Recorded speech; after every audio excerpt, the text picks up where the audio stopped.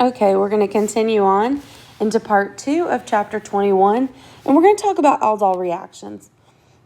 Now, this is important here for me to state. The way that Klein breaks up this aldol reaction isn't exactly how I want you to do it. He starts off with the addition and then breaks down the condensation second. And what I want you to do is I want you to learn it all together, the aldol condensation.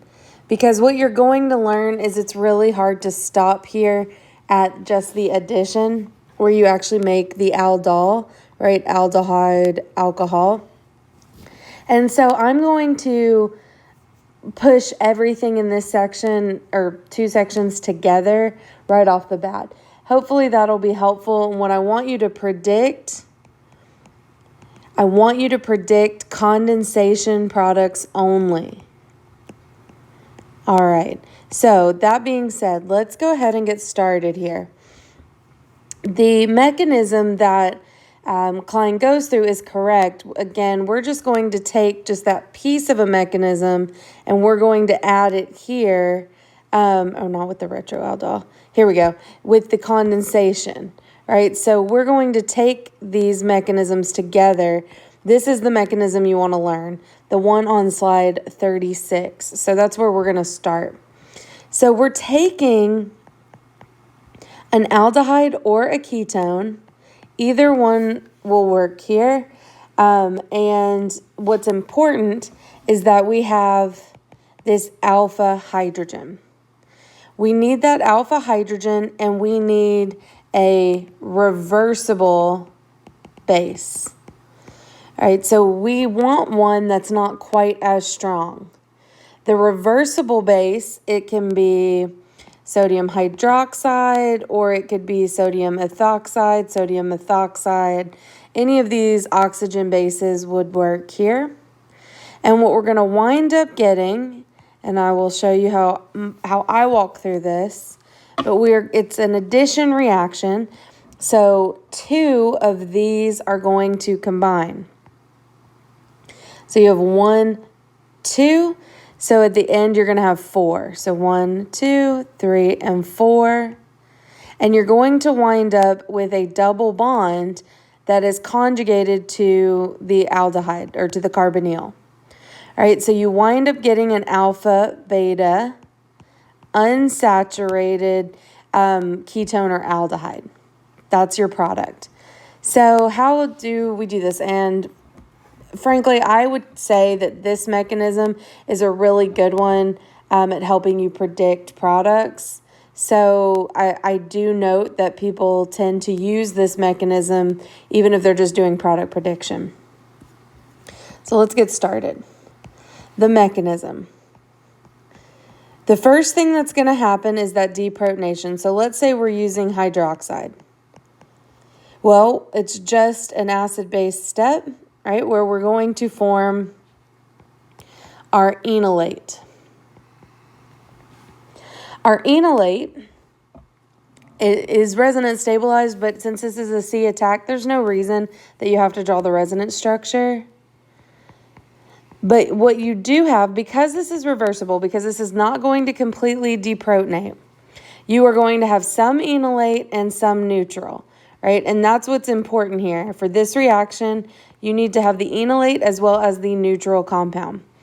You have a good nucleophile and a good electrophile, and we're going to see a very familiar, We're going to see a very familiar step. We know we can't have 5 bonds on carbon, so we are going to go ahead and open that up into our tetrahedral intermediate. I know y'all missed that. Okay, so then where do we go from here? Let's put this together. It's very important to pay attention, right, to keep organized here.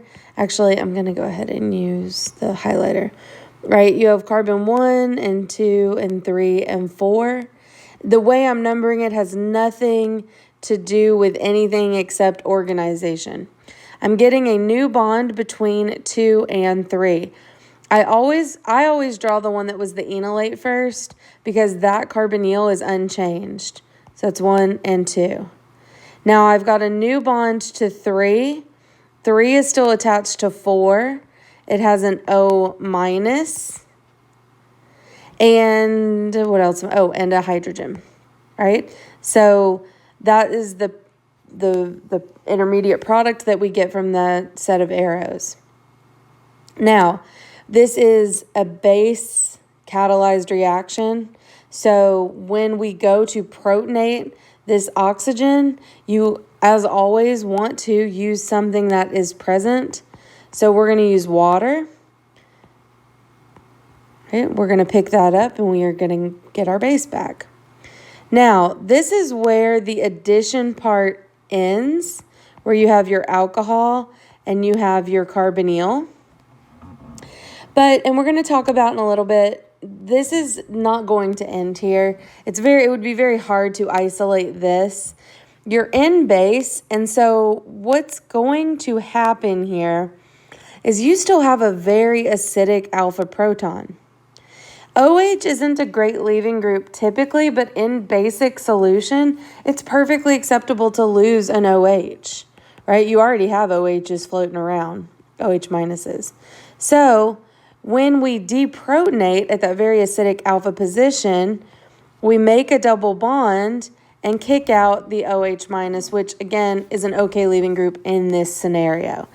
Part of what drives this forward is that we wind up with conjugation. We know conjugation is stabilizing. And so this is our aldol condensation product. This is the product I would want you to be predicting from an aldol reaction. Now, why is that? Let's take a moment and hop backwards here. Okay, so here we have the beginning of our mechanism, right? We are forming our enolate. Our enolate is attacking a neutral carbonyl, and we are protonating. And this works fairly well. For pretty simple aldehydes, you do get a good amount of aldol addition product. But for ketones, it's too reversible, right? It is just going to go back.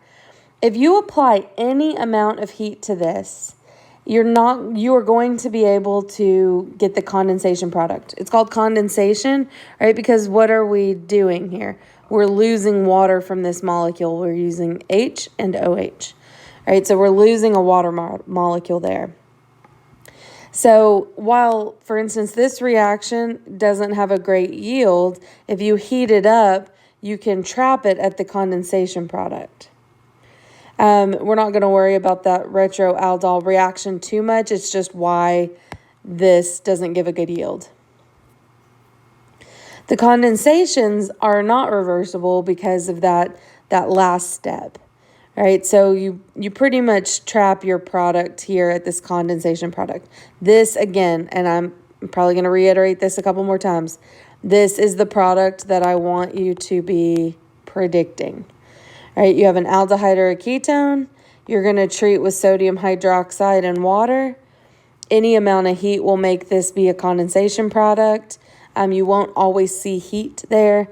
You're looking for these reagents right here, sodium hydroxide or sodium alkoxide and water. Oh, wrong one. Here we go. So you will not predict the addition.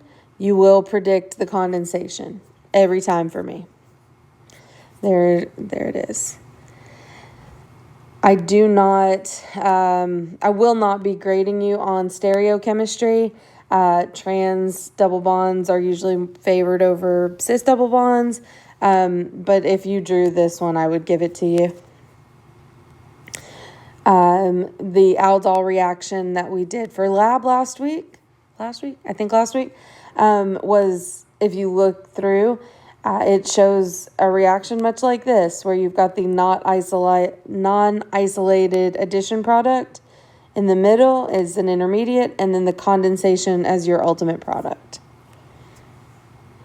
So that example from a little bit earlier where you only got 20% of the addition product, and that's keeping it really cold.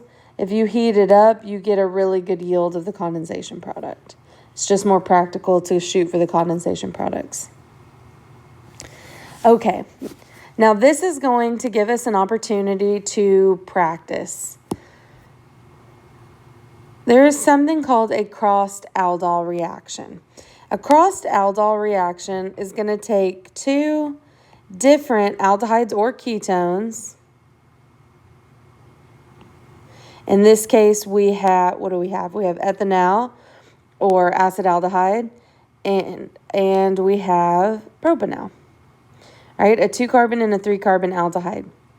If we treat this with a reversible base, we're going to get 4 outcomes. Right? There are going to be 4 different possibilities.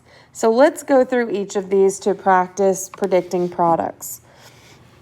So for the first 2,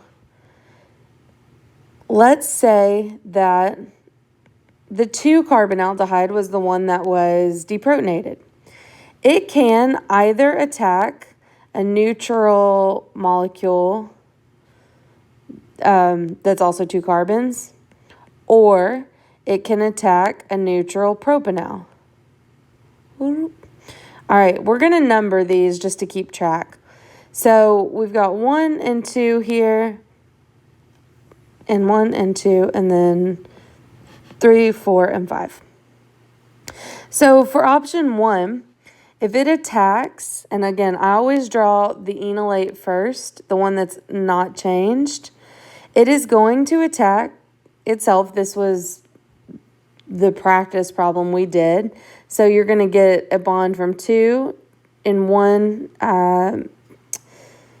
the 2 carbon here to the 1 carbon here. So then we have 1 and 2. Now, you can put in the OH here, and some people find that really helpful.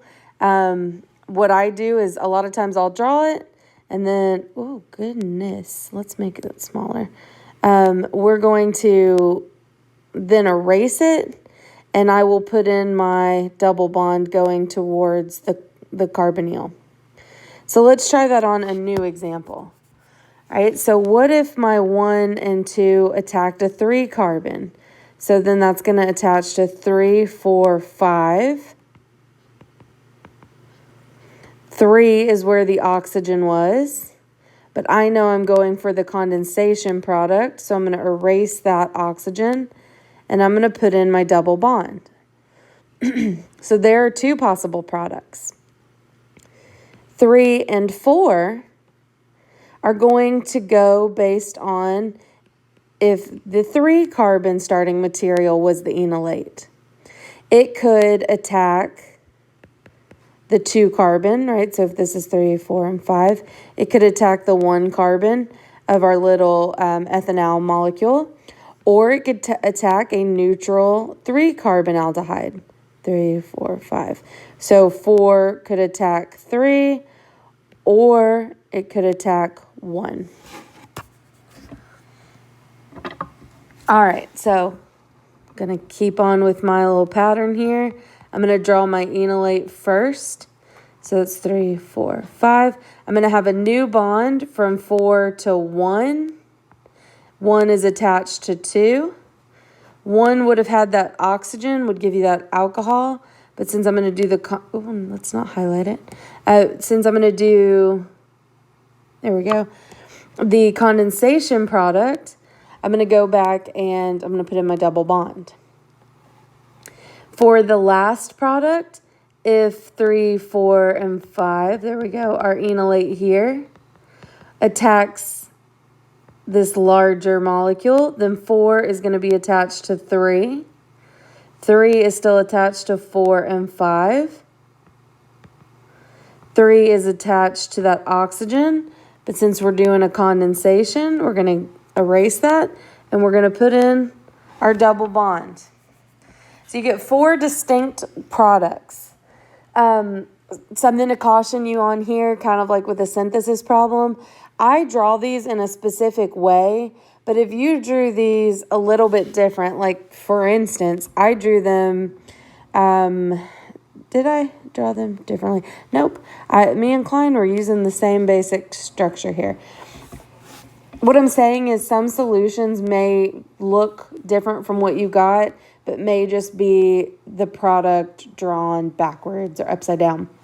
So it's important that you pay attention to connectivity before you decide that you're just that you've just failed. You can always send your work to me and I can double check it. It's something to think about. This type of problem I often give on exams because it does force you to predict a bunch of condensation products. So you're not going to do this. You're going to do the condensation. Oh, I don't know why I committed to this. The condensation products here. That's what I would ask from you. And I will specifically say that in the instructions. You need to practice. There will be additional practice on eCampus coming up today, one of those old summer homeworks. I highly encourage you to partake in that. Let's see. I know Khan Academy and a few other teachers out there have really good Aldol videos. So if this is not clicking for you, let me know. I can share some links to some other videos. Do a quick Google search. This is a topic that you can easily find supplemental help with. The last thing that we're going to cover in this video is the let's see, we're going to kind of call it the SMART crossed aldol. How useful is it to do a reaction where you get 4 major products? I guess it depends on what you're trying to do, but most of the time we have a target that we are trying to hit, and just throwing all of these starting materials together and getting all of these products might be difficult. So we can approach this in 2 different ways, right? So there's 2 strategies. The first one is the one that was employed in your lab, where you choose your starting materials wisely, right? So you pick one carbonyl that maybe has no alpha protons, right? So when we do the aldol reaction here, well, this one can't form the enolate. So this is the only one that can form the enolate. So that's going to limit the types of products we can make. And then because this one is so sterically unhindered, it's much more likely that you are going to attack that one. So you get a major product of something that you want to make. That's one way. You guys used something similar here. You used maybe a benzaldehyde or maybe it was piperonal. I don't remember. But this has no alpha hydrogens, so this one's going to be our enolate. The second route is to employ an irreversible base. So we can employ an irreversible base and adjust the timing of when we add things, and we can get a specific aldol condensation product. So how does this work? Let's say we want to use acetone and we want to use propanol, and we want the acetone to attack the propanol. Well, if you just put these 2 in the same pot with sodium hydroxide, you'd get a big old mixture. But if you take the acetone and you treat it first with LDA, right, that irreversible base, you could also use NaH, you are going to make only enolate. There will be no more of this around, so it will not be able to attack itself. And so it'll just be hanging out as that enolate. Then when you add in the next component, right, when you add in that what you want it to attack, you have this ready to go, and it will attack only this reagent that you just added. Now, you need some sort of water, maybe some heat, whatever, to wrap this up to wrap this reaction up, because in the previous reactions here, you're using sodium hydroxide in solution. With LDA, you are going to need to add water at the end, so you will often see that as that third step. And that is going to make sure that, if this is 1, 2, 3, our enolate here, 1, 2, 3, is going to attack 4, 5, 6, right? 1 is going to attack 4. So then it's going to be 4, 5, 6, 5, 6. 4 would have had the oxygen. We're doing a condensation. We make that conjugated double bond. And now we can specifically make this structure rather than the other 3 possibilities if we just threw them all in at once. So this is a good strategy for having a little bit more control. Intramolecular aldols, and I guess this will be the last thing. I want to finish aldols here in this video. Intramolecular aldols are interesting, and I will ask you about them. On the old homework assignment that I'll throw up for practice, I have a whole section for intramolecular aldols and clasons. I like those. Something that you need to think about when doing intramolecular is ring size. Ring size, as you learned at the beginning of Organic 1,